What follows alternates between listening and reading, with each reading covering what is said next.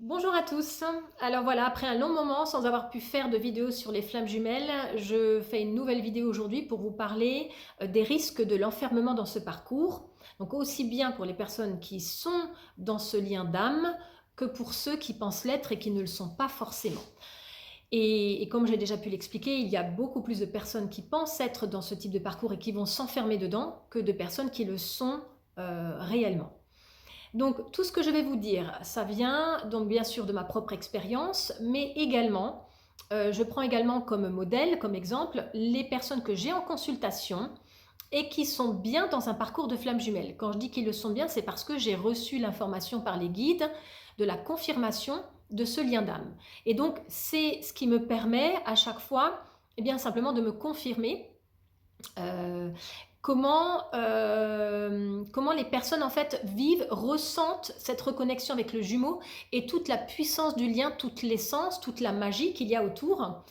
Et à chaque fois, donc, c'est quelque chose qui me confirme simplement qu'il y a une essence similaire à tous les parcours de flammes jumelles, mais que les parcours, par contre, sont différents pour tous. Alors, je vais reprendre certaines notions de base depuis la reconnexion euh, pour une nouvelle fois.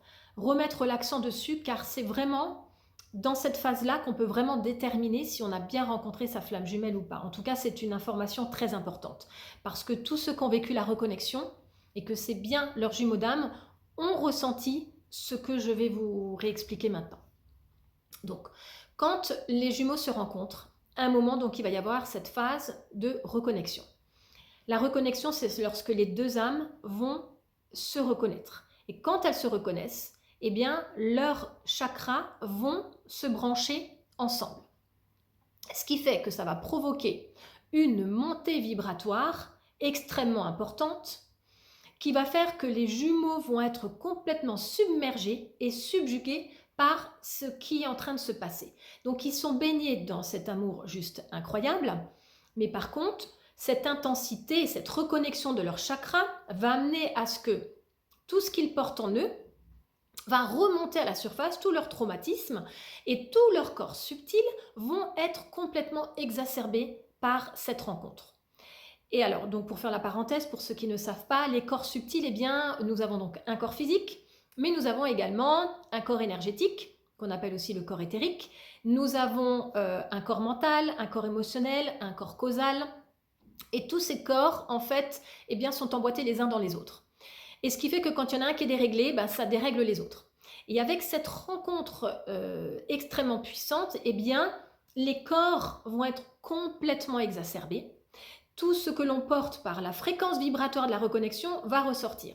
Et ce qui fait que les jumeaux, comme ils sont en miroir fois 1000, vont ressentir chez l'autre que l'autre est complètement submergé, nous-mêmes on est complètement submergés, et dans tout ça en fait on a cette incapacité, cette impossibilité de maîtriser, de contrôler quoi que ce soit. Ce qui fait que l'ego va très vite arriver sur le devant de la scène et essayer de contrôler ce qu'il peut, mais lui non plus ça va être la catastrophe. Ce qui fait que les jumeaux vont se retrouver dans une situation où ils vont avoir envie de se voir et d'être connectés à cette puissance d'amour, mais lorsqu'ils se voient, ils ont tous les deux envie de fuir parce qu'en fait c'est beaucoup trop puissant. Pourquoi également? Parce que leur corps physique n'est pas prêt à pouvoir supporter une telle charge énergétique. C'est beaucoup trop puissant, la rencontre déjà, rien que la rencontre des jumeaux. Et c'est pour ça qu'il va arriver donc cette fameuse séparation qui en général peut venir assez rapidement et qui fait qu'en fait la polarité qui n'est pas consciente du lien, le jumeau sentant voilà toutes ces perturbations en lui en se disant mais qu'est-ce que cette personne me fait, je n'arrive à rien contrôler, c'est beaucoup trop puissant donc il va finir par s'en aller. Ce qui va permettre donc à la polarité consciente de vivre à nouveau donc la séparation originelle pour lui permettre de l'accueillir, de la transmuter, de la guérir. Et donc tout ça, bien sûr, ça va prendre beaucoup de temps puisque ça fait partie des blessures d'âme qui sont les plus importantes que l'âme a eu à subir avec la séparation avec la source. Et donc, dans cette période, c'est là que la polarité consciente va vivre ce qu'il y aura de plus souffrant dans sa vie. C'est vraiment ce moment où le jumeau va s'en aller. et où elle va commencer donc à faire ses recherches, à essayer de comprendre qu'est-ce qui s'est passé, comment ça se fait que j'étais tellement chamboulée, que je n'arrivais même pas à tenir sur mes jambes. Et donc tout ça va faire qu'ensuite on va commencer voilà, cette fameuse période de reconstruction, de guérison des blessures, pour arriver en finalité jusqu'à un état de complétude. Donc qu'est-ce que c'est la complétude? C'est véritablement ce moment où on est plein de soi. On est rempli, on est équilibré dans nos deux parties yin et yang. Donc la partie yin, celle qui reçoit les intuitions, les ressentis, celle qui peut se connecter à son âme et puis savoir exactement vers où elle veut aller et quel est son chemin. Et la partie yang, la partie masculine, qui elle va permettre de pouvoir mettre en place dans la matière tout ce qu'elle a reçu justement de cette partie yin. Et donc, le jumeau conscient du lien va reconstruire sa vie, va être équilibré, va être heureux, et heureux donc surtout sans son jumeau. C'est-à-dire qu'il passe de superbes journées avec, voilà, dans ce qu'il construit, avec ses nouveaux amis, parce qu'en général, c'est pareil, hein, on a de nouvelles rencontres forcément parce que notre taux vibratoire en fait a tellement changé que forcément on va avoir des nouveaux amis. On aura même, d'ailleurs ça je ne l'ai jamais précisé dans les vidéos, mais je vais le préciser maintenant puisque c'est pareil, c'est quelque chose qui revient systématiquement. C'est le changement alimentaire chez les flammes jumelles. C'est que à la rencontre du jumeau, comme le taux vibratoire va être très élevé, eh bien automatiquement, alors on a nos perceptions en même temps également, hein, qui peuvent encore s'amplifier avec la reconnexion aux jumeaux. Et ce qui va se passer, c'est que on ne va plus pouvoir manger de la même manière qu'avant. C'est-à-dire que les choses très lourdes, on va avoir beaucoup de difficultés à les digérer, à les garder dans le corps.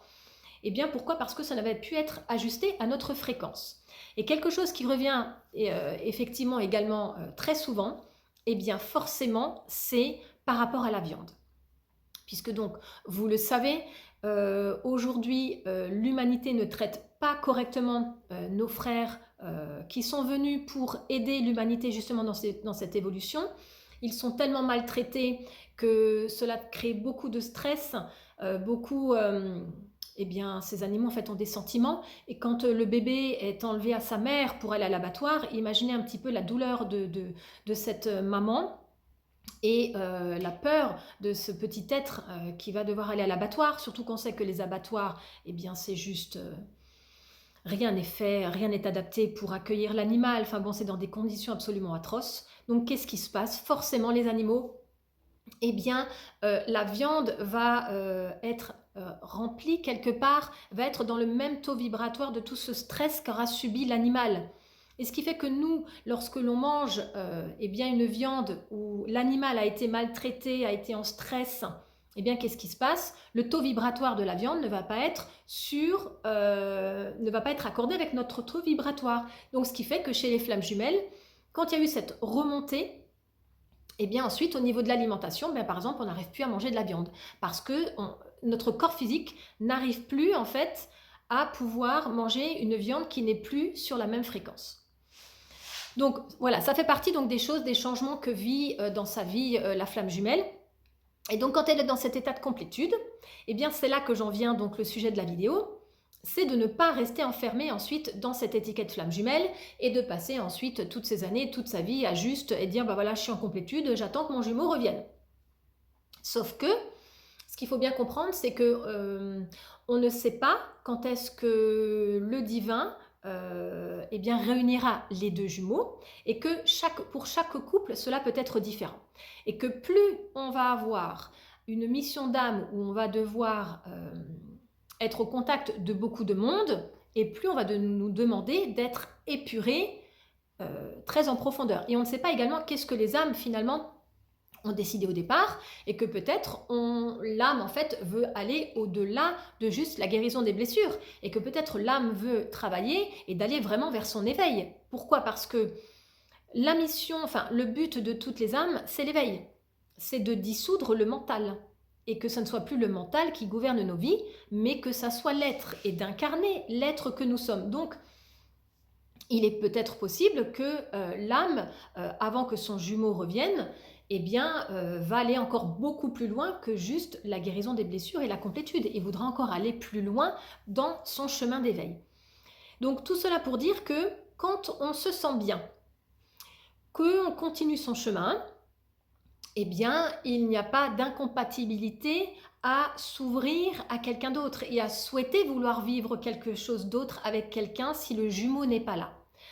Et cela n'empêchera pas d'ailleurs le jumeau de revenir car rien ne peut empêcher un plan divin. Donc, ne restez pas enfermés simplement en se disant voilà, c'est ma flamme jumelle, on est destiné à être ensemble et donc du coup, je reste dans cette attente. Donc, bien sûr, il n'y a pas d'obligation dans ce que je dis et que pendant très longtemps dans ce chemin-là, nous ne sommes pas en possibilité de nous ouvrir à quelqu'un d'autre parce qu'on a tout ce travail, tout ce chantier. Alors, il y en a qui arrivent parce que ça va être un doudou. Hein, ils vont prendre quelqu'un parce qu'ils ont besoin d'un doudou, d'un pansement. Mais c'est pas quelque chose qui restera parce que c'était juste un moment sur le chemin pour les accompagner.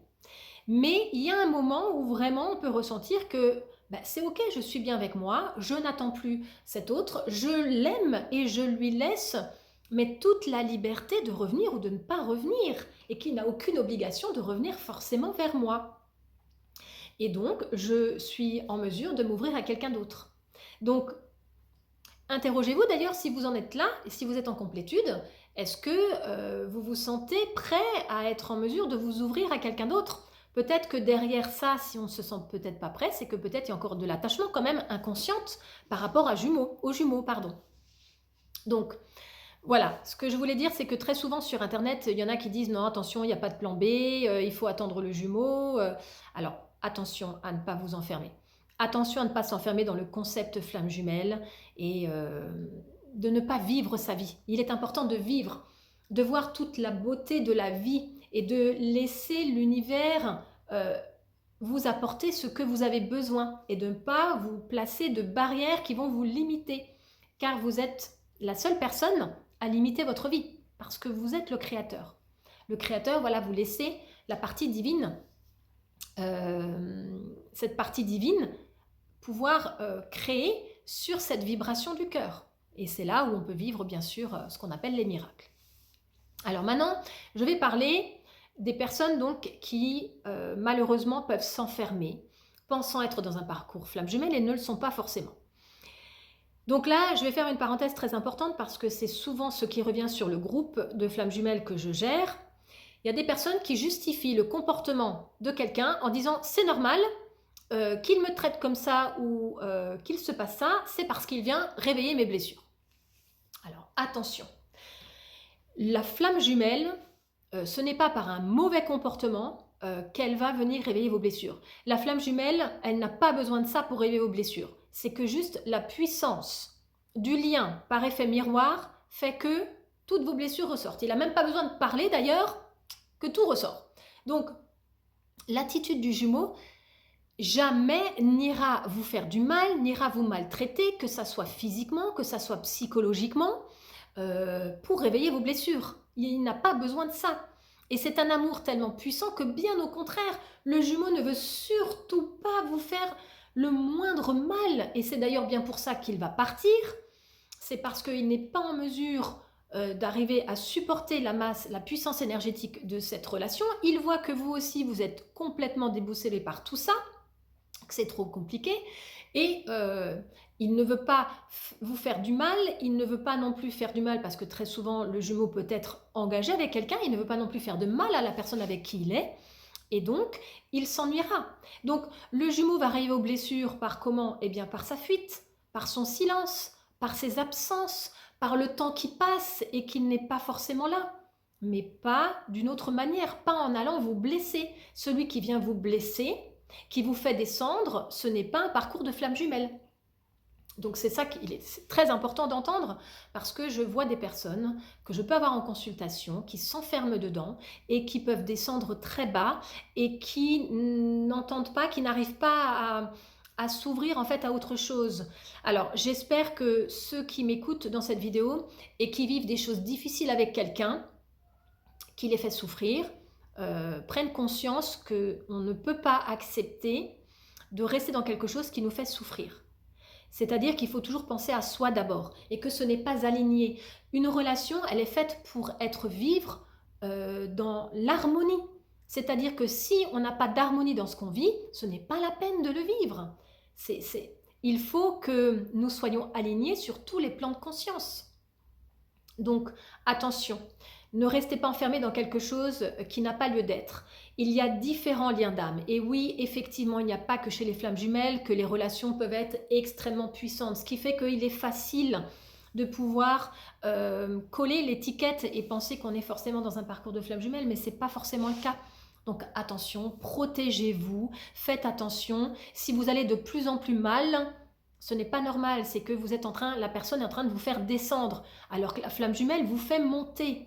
Même à travers la nuit noire de l'âme, où ce que l'on vit, eh bien, c'est juste nos propres blessures, ce n'est pas l'autre qui nous fait descendre. On ne descend pas de cette manière-là. Donc, attention. Pareil, il n'y a pas de question d'argent, il n'y a pas de... l'autre ne vient pas vous prendre de l'argent dans les relations de flammes jumelles. Comprenez bien que ce sont de très très très vieilles âmes qui ont beaucoup cheminé et n'en sont pas là, ils n'en sont pas à ce stade-là. Ils viennent parce qu'ils sont prêts à vivre une accélération dans le chemin de l'éveil. Donc, attention, ne vous perdez pas. Voilà, donc j'espère que cette vidéo va passer et qu'elle va permettre à certains d'avoir peut-être une autre vision des choses. Et voilà, je vous souhaite vraiment juste d'être heureux, de vibrer la joie, le bonheur et voilà, d'être en lien avec le divin pour que vous puissiez être alignés sur tout ce qui est prévu pour vous. Voilà, si vous avez besoin d'une consultation, eh bien vous pouvez me contacter. Donc j'accompagne aussi bien les personnes qui sont dans un parcours flamme jumelle que les personnes qui sont en chemin d'éveil. Je travaille donc sur la guérison des blessures. Je suis là en fait pour amener à faire des mises en lumière sur ce que vous vivez, dans ce qui est difficile à vivre pour atteindre un état d'être où on est bien équilibré. Car oui, on y arrive. Ne croyez pas que lorsqu'on rencontre sa flamme jumelle, c'est fini et qu'on ne pourra plus jamais vivre heureux et qu'on va tout le temps être dans la souffrance. Non, lorsque vous êtes guéri en profondeur, que plus rien n'a résonance, eh bien vous pouvez vivre votre vie dans la joie et dans l'amour. Et on arrive à ce stade-là. Voilà, donc je vous embrasse très fort et voilà, dès que je peux, je ferai donc de nouvelles vidéos. À très bientôt.